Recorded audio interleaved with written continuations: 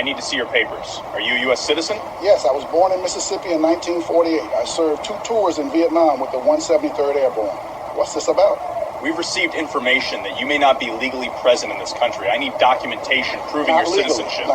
Raymond Walker never thought he'd have to prove his American citizenship at 75 years old, standing outside a Veterans Affairs clinic where he'd just picked up his medication. He'd survived 2 tours in Vietnam, watched friends die in rice paddies, came home to a country that didn't want to acknowledge his sacrifice, and built a quiet life despite it all.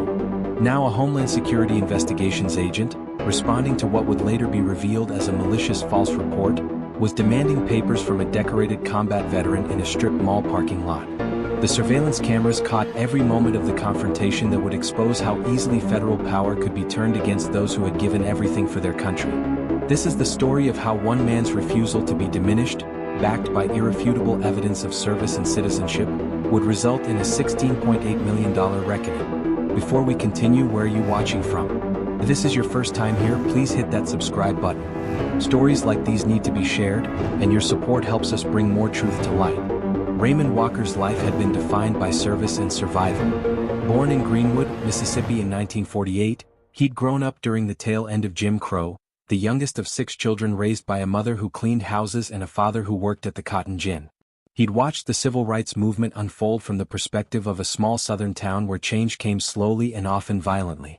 His older brother had been beaten for trying to register to vote. His uncle had disappeared after a confrontation with white men, never found. When Raymond turned 18 in 1966, he had limited options. College wasn't financially possible. Jobs in Greenwood for young black men were scarce and paid barely enough to survive. The military offered a path out, and despite his mother's tears and his father's warnings about how the military treated black soldiers, Raymond enlisted in the Army. He'd been assigned to the 173rd Airborne Brigade and deployed to Vietnam in early 1967, arriving during the height of American involvement. His first tour was 15 months of hell, the Battle of Dak II, operations in the Central Highlands, constant patrols through jungle where death could come from any direction. He'd seen things no 18-year-old should see, done things that still haunted him in quiet moments. But he'd also found brotherhood, men of all races who depended on each other to survive, where competence mattered more than skin color. He'd come home in 1968, right after the Tet Offensive, to a country in turmoil. The anti-war movement was in full swing, and veterans weren't exactly welcomed with parades. For Raymond, a black veteran from Mississippi, it was even worse. The civil rights movement was still fighting battles at home, and he'd been fighting a different war overseas. He felt caught between worlds, belonging to neither fully. But he'd volunteered for a second tour in 1969, not out of patriotism exactly, but because Vietnam made more sense to him than America did at that point. His second tour was even more brutal than the first. He'd earned a Purple Heart after taking shrapnel during an ambush near Pleiku, spent 2 months recovering, then returned to his unit. He'd also earned a Bronze Star for valor, though he rarely talked about what he'd done to earn it. He'd finally come home for good in 1970, 22 years old and feeling 50. The VA had helped him get treatment for his wounds, though the psychological scars were largely ignored in that era. He'd used the GI Bill to get training as an auto mechanic, settled in Phoenix, Arizona where he had no family history and no painful memories, and built a quiet life. He'd worked at the same auto shop for 30 years, married a schoolteacher named Dorothy, raised 2 daughters and became a grandfather to 4. Now at 75 he was retired, his wife had passed 3 years earlier, and his days were structured around doctor's appointments at the VA, coffee with other veterans at the VFW hall, and helping his daughters with their kids. His body bore the marks of war and age. The limp from the shrapnel wound that still ached when it rained, the hearing loss from artillery, the nightmares that never completely went away. Tuesday, November 14, 2023 started ordinarily enough. Raymond had an appointment at the VA clinic in North Phoenix to pick up his monthly prescriptions for blood pressure medication and the pain medication he took for his leg. The appointment was at 9 a.m., and he'd arrived early as he always did, a habit from the military where being on time meant being 15 minutes early. He'd spent 40 minutes in the waiting room, another 20 minutes with the pharmacist going over his medications, and walked out of the clinic at 10:15 a.m. carrying a white paper bag with his prescriptions. The clinic was in a strip mall, sharing space with a tax preparation service, a dollar store and a small grocery. The parking lot was busy with morning shoppers and people coming and going from the various businesses. Raymond walked slowly to his truck, A 15-year-old Ford F-150 he maintained meticulously despite its age, parked in a spot that gave him a clear path to the sidewalk because of his leg. He was unlocking the door when a man approached from his left, moving quickly with the purposeful stride of someone on official business. "Excuse me, sir. I need to speak with you." Raymond turned to find a white man in his mid-30s, wearing business casual clothes, khakis and a polo shirt, with a badge clipped to his belt and what looked like a service weapon visible on his hip. The man held up an identification wallet showing credentials for Homeland Security Investigations, a division of Immigration and Customs Enforcement. "I need to see your papers," Special Agent Kyle Morrison said, his voice carrying an edge of authority that expected immediate compliance. "Where were you born?" Raymond felt his chest tighten, a reaction that was part confusion, part anger, and part something deeper, the feeling of being challenged in a way that questioned his fundamental right to exist in a space. But he kept his voice calm, the discipline of 75 years in military training controlling his response. "Son, I was born in Mississippi in 1948. I served 2 tours in Vietnam with the 173rd Airborne Brigade. Now what's this about?" The strip mall's parking lot surveillance camera, mounted on a light pole and monitored by the property management company, captured the entire interaction in clear high-definition video. The camera angle showed both men's faces, their body language, every gesture and expression. Morrison stepped closer, his posture aggressive. "Sir, we've received information that you may not be legally present in this country. I need documentation proving your citizenship. Birth certificate, passport, or naturalization papers. Not legally present?" Raymond's voice rose slightly, 60 years of accumulated experiences with discrimination and disrespect bubbling up. "Boy, I was dodging bullets in the Mekong Delta while you were probably still in diapers. I've got shrapnel in my leg from IA Drang. I've got a Purple Heart and a Bronze Star sitting on my mantle at home. What kind of documentation are you looking for? Should federal agents be allowed to demand proof of citizenship from citizens based solely on anonymous tips? Comment below, because what happened in this parking lot exposes how service to country means nothing when bias decides who belongs." Morrison's face flushed, the camera capturing his reaction to Raymond's tone. "Sir, I'm a federal agent conducting an official investigation. I don't care about your military service. I care about your legal status in this country. Show me documentation right now or you'll be detained for further investigation." "Don't care about my military service?" Raymond's voice was incredulous now, his legendary patience, honed through decades of dealing with racism more subtle than this, beginning to crack. "I fought for this country. I bled for this flag. I came home with pieces of metal in my body that still set off metal detectors. And you're standing here asking me to prove I'm American?" A second vehicle pulled up, another HSI agent emerging. Agent Sarah Chin approached, her body camera active, adding another angle to the surveillance footage that was recording everything. "Is there a problem here?" "Subject is refusing to provide documentation of legal presence," Morrison said, his hand moving to his belt where handcuffs hung. "I'm preparing to detain for verification." "I haven't refused anything," Raymond said, his voice tight with controlled anger. "I told him I'm an American citizen. I told him I'm a Vietnam veteran. I don't carry my birth certificate around with me because I've never needed to prove I was born in this country. I've got my driver's license, my VA card, my military ID. What else do you people want?" Chin stepped closer, her camera recording Raymond's face, the anger and hurt visible in his expression. "Sir, we just need to verify your status. If you cooperate, this will be quick." "Cooperate?" Raymond pulled out his wallet, his hands shaking slightly, whether from anger or the tremor that had developed in recent years, the camera couldn't distinguish. He extracted his Arizona driver's license, his VA identification card showing his veteran status, and a military retiree ID card he'd carried for over 40 years. "Here." Raymond Walker, born April 15, 1948, in Greenwood, Mississippi. Social Security number 425-68-9234. Served in the United States Army from 1966 to 1970. Honorably discharged. Anything else? Morrison took the cards, barely glancing at them before shaking his head. "These don't prove citizenship. Anyone can get a driver's license. I need birth certificate or passport." "My passport is at home," Raymond said through gritted teeth. "My birth certificate is in a safety deposit box at my bank. I'm 75 years old. I live 20 minutes from here. I can get them and bring them back, or you can call the VA and verify my entire history right now." "That's not how this works," Morrison said. You're coming with us for processing and verification at our facility. The parking lot camera captured what happened next with perfect clarity. Morrison reached for Raymond's arm, intending to guide him toward their vehicle. Raymond, operating on instincts honed in combat and refined through a lifetime of refusing to be diminished, pulled his arm back sharply. "Don't you put your hands on me," Raymond said, his voice carrying the authority of a man who had commanded respect in foxholes and firefights. "I'm a United States citizen. I'm a combat veteran. I haven't committed any crime. You have no legal right to detain me." "You're resisting a federal officer," Morrison said, reaching for his handcuffs. "Turn around right now." "Resisting?" Raymond's voice rose to a shout, drawing attention from people across the parking lot. "I'm exercising my rights as an American citizen. I fought for those rights. I watched men die for those rights. And you're trying to arrest me in a VA clinic parking lot for being black and walking to my truck." Several bystanders had stopped to watch, phones out, recording. The pharmacy tech from inside the VA clinic stepped outside, recognizing Raymond as a regular patient. An elderly white man, also a Vietnam veteran based on his ball cap, approached the scene. "That's Ray Walker," the veteran called out, his voice sharp. "He's a decorated combat veteran. What the hell are you doing to him?" Morrison ignored the gathering crowd, grabbing Raymond's arm more forcefully.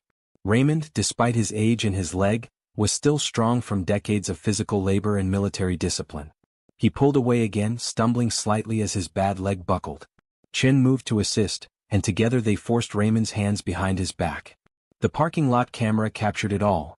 2 federal agents subduing a 75-year-old combat veteran in a public parking lot, his VA medication bag falling to the ground, his military ID cards scattered on the pavement.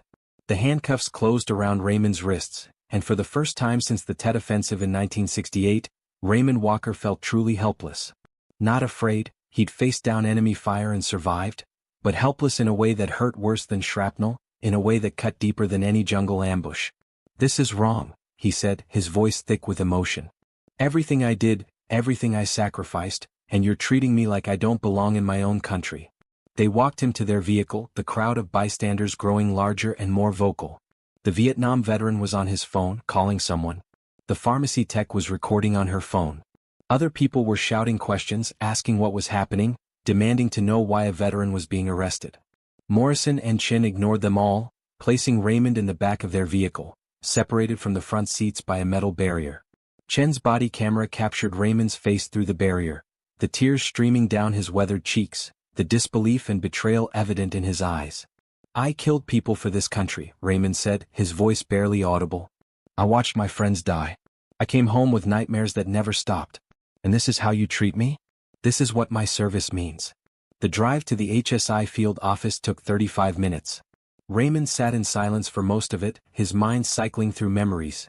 The day he'd enlisted, his drill sergeant telling him he was now part of something bigger than himself, his first firefight when he'd been so scared he'd almost frozen, the moment he'd earned his Bronze Star dragging a wounded soldier to safety under fire, coming home to his mother who sobbed for an hour straight, holding his daughters when they were born, burying his wife 3 years ago with full military honors.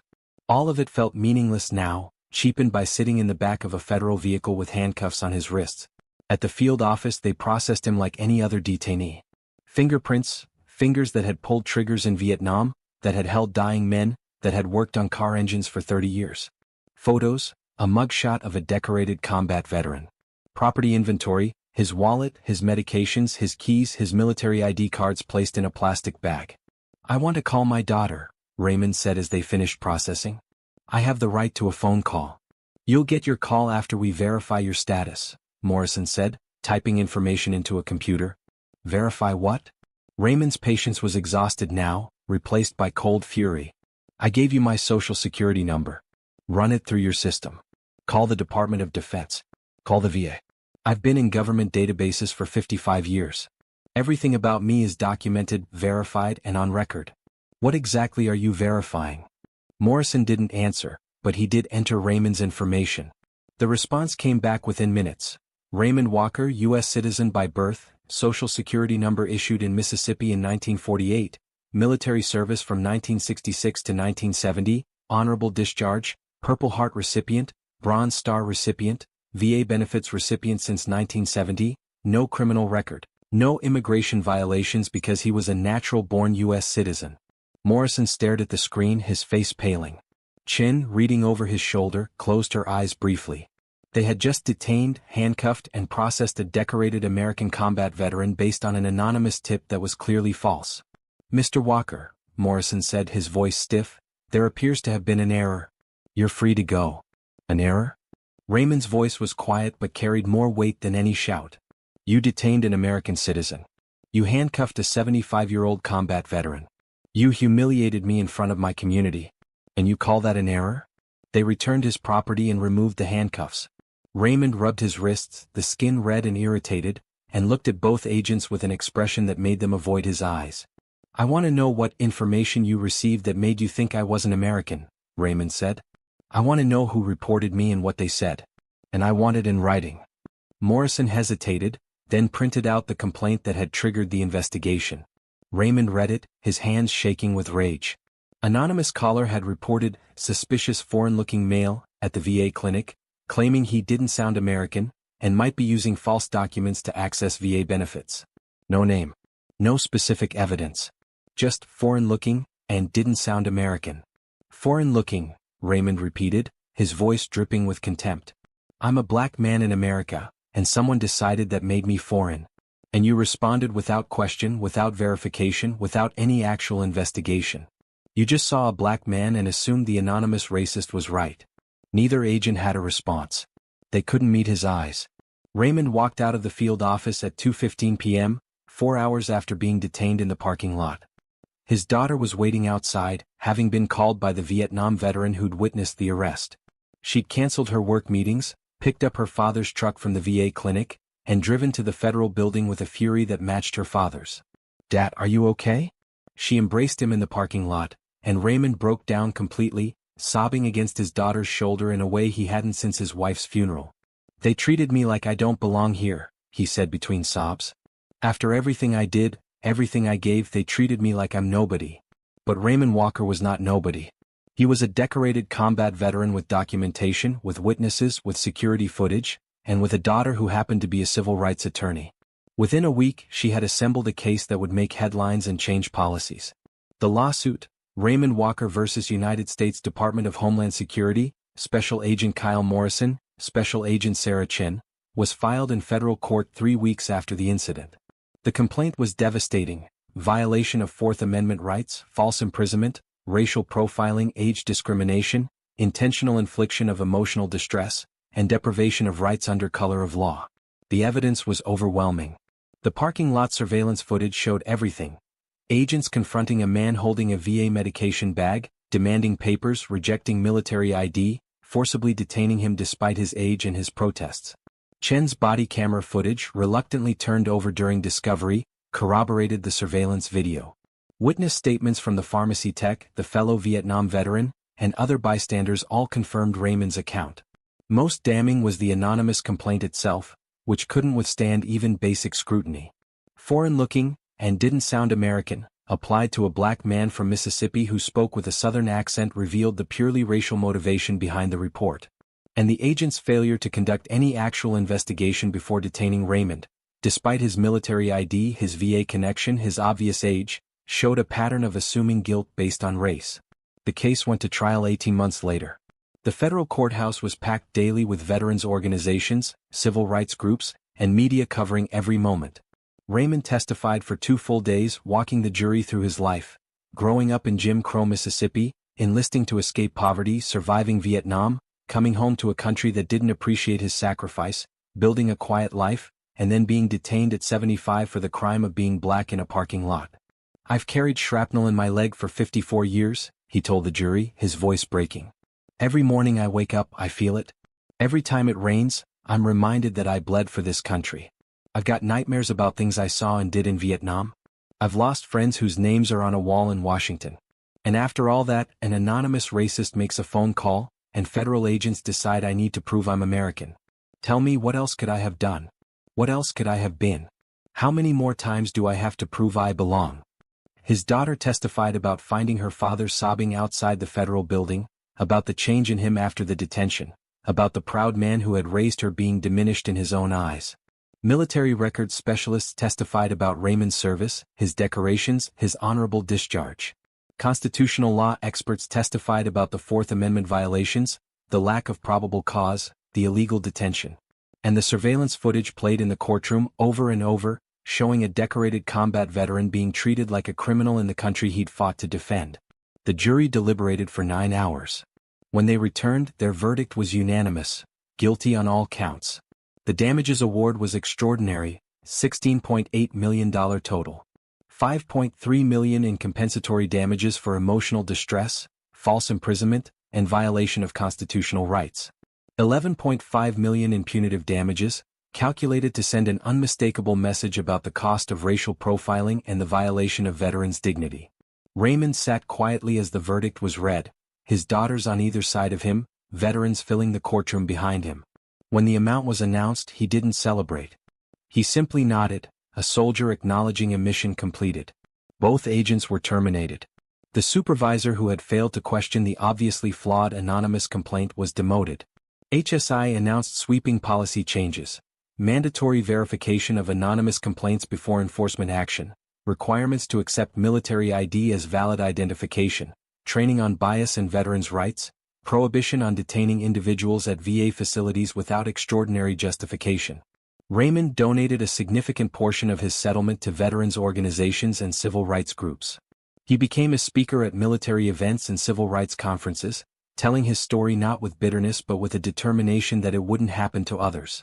The parking lot surveillance footage became required viewing in federal law enforcement training, a stark example of how racial profiling operates and the human cost of assuming someone doesn't belong based on their appearance. And in Phoenix, Arizona, Raymond Walker returned to his quiet life, but with something restored that had been taken from him in that parking lot: the certainty that his service mattered, that his citizenship was unassailable, and that even at 75, a combat veteran could fight one more battle and win. If you believe military service should mean something, that veterans deserve respect not detention, and that citizenship isn't determined by how someone looks or sounds, hit that subscribe button and turn on notifications. Because stories like Raymond's remind us that the fight for dignity and justice doesn't end with one victory, it requires constant vigilance and the courage to stand up when authority oversteps its bounds.